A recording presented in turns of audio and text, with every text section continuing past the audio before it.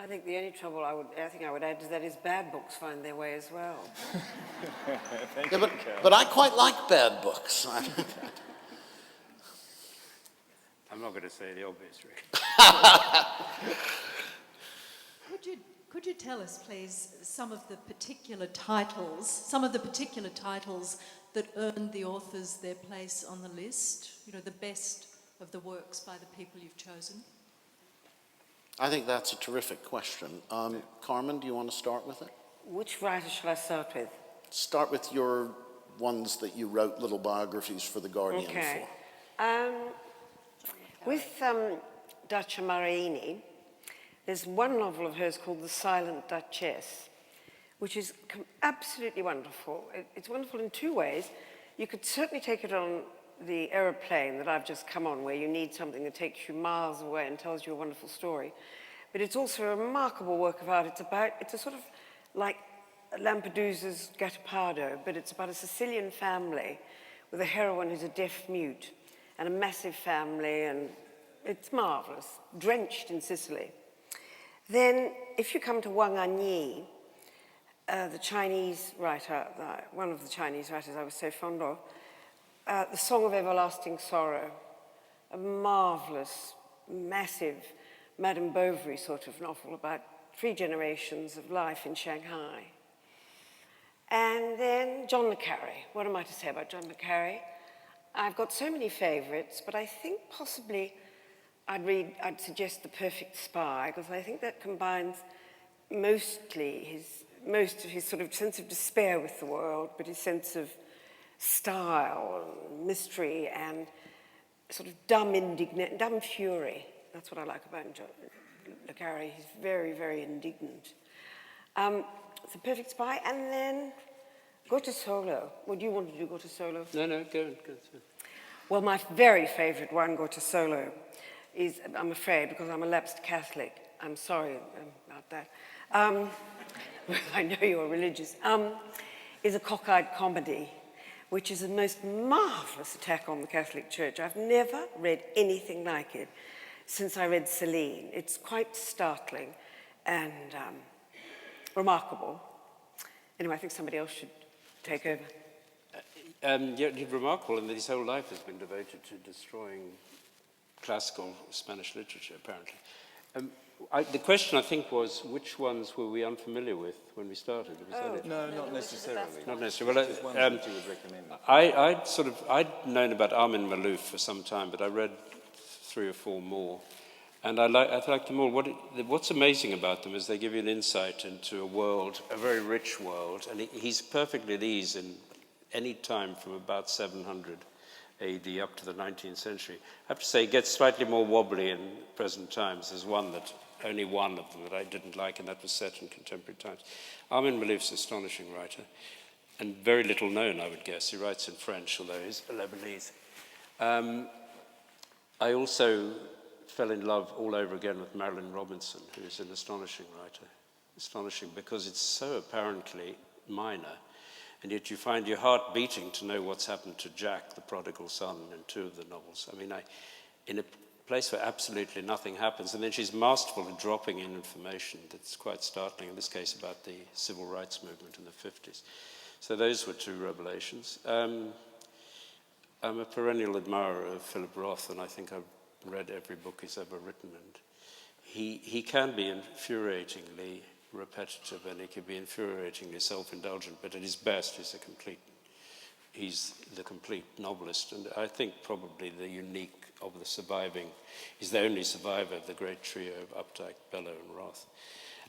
So yes, that was one. And but by and large also under Carmen's excellent guidance, made many forays into China, and it was extraordinary. It was extraordinary to find a different perception, different understanding of the world, but Carmen also uncovered the fact, which I had no idea about, that many Chinese writers had read French novels, and so that they are influenced by Balzac and people. And that was a revelation too. And so some of the plotting is very reminiscent of French literature. That was, I have to say, a tribute entirely to Carmen. But did we ask about the ones we didn't like?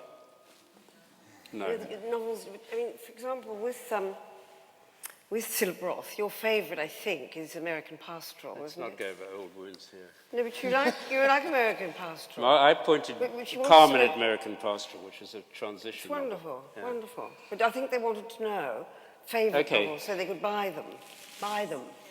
Money. Well, I think that if one's absolutely honest, Roth has got more patchy, but the turning point when I think at his prime was American Pastoral, which is actually the Jewish novel where the hero attempts to become a regular American. And being Roth, of course, he doesn't succeed. Various plagues are visited on him. But it's a very moving novel, it's very funny, and he got quite stuck, I think, in the Zuckerman novels, much as I loved them. I loved particularly that the brother would be a Zionist one day and a dentist the next, and then they'd swap roles. That was sort of postmodern in many ways. But I think he got a bit stuck, and with American Pastoral, he entered a terrific phase of about 3 great novels. I think I heard of a cork. And I think Time it's to time stop. that we thanked our panel very much for their discussion.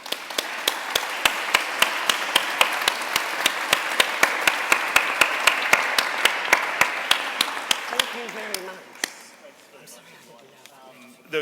There was a wonderful comment last night at the dinner where one of the judges said that as the reading began, they acquired a kind of literary fitness. They got into shape, sort of in terms of their reading and their engagement with the novel. And I think we can see there are 4 incredibly fit people with us tonight. And can you join me again in thanking the panelists for a marvelous discussion? And I invite you to take your seats at the front of the stage.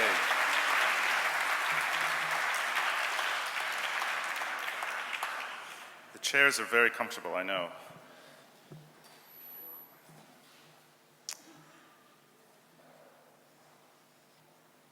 So, ladies and gentlemen, the next part of the program, I'm very delighted to introduce Mr. Gary Gerstle, who's Managing Director of Man Investments Australia, to make a short address. Gary.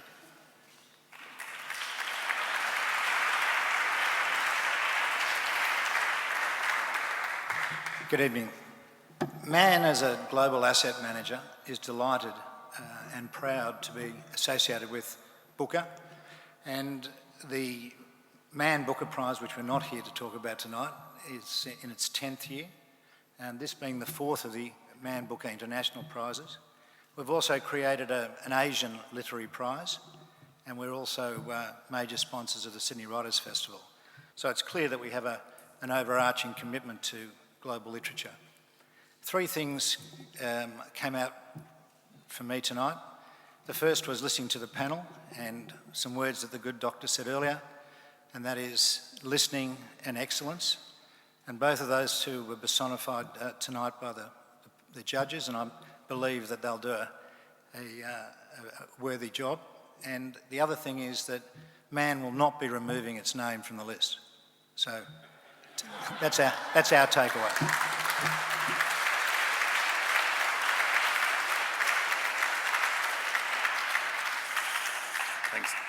Thanks very much. And it's my pleasure now to introduce Jonathan Taylor, who's chair of the Booker Prize Foundation, to say a few words. Jonathan.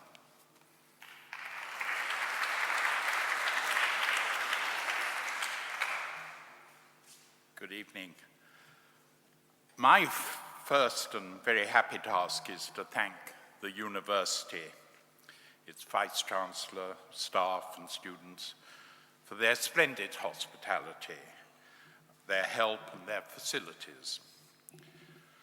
We've held this event now in 3 other places, in Washington, D.C., in Toronto, and New York, and now here. And there's very little doubt that this is the best of the lot.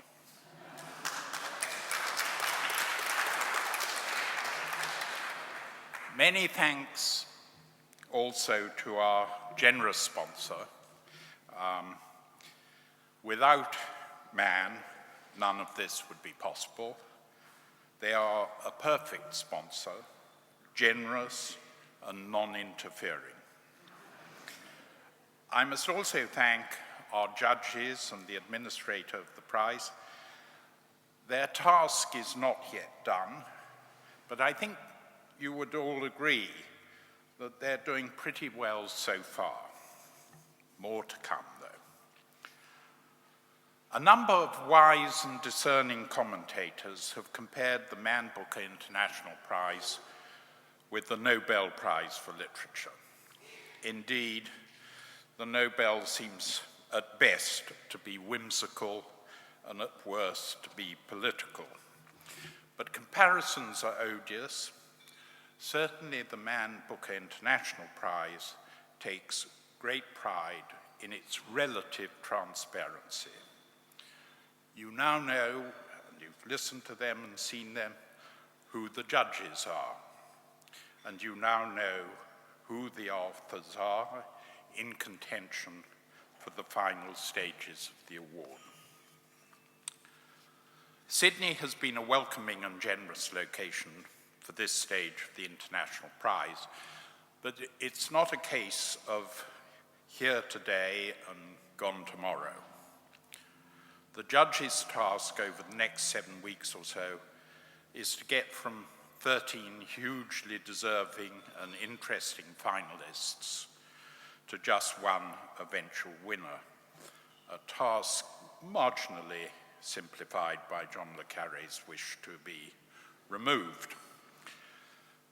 When done, the winning author will be announced here in Sydney at the Writers' Festival and will be announced by Rick, who you've seen and heard this evening, who is the chair of the judging panel, and that will happen on the 18th of May.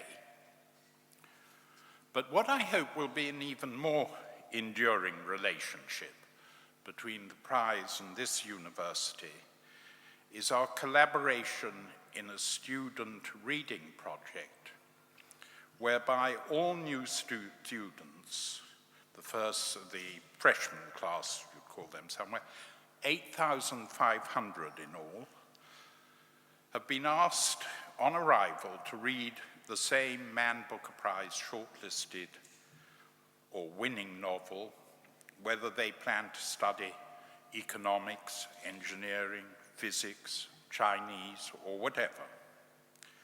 In this way, they will all have a topic in common to discuss, argue about, disagree about, I suppose these days Twitter about.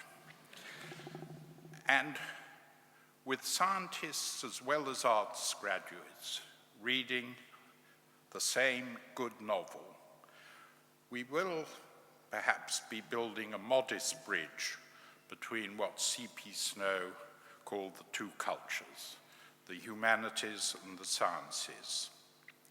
This is the first year of the project, and new students are already reading The Secret River by Kate Grenville, shortlisted for the Man Booker Prize in 2004, and she'll be coming to the university on the 12th of April to discuss the book with students and with the academic staff. This is a project which I hope will be repeated in future years. And that's enough from me. I think we've finished the formal proceedings. We mustn't keep you from the bar and other pleasures.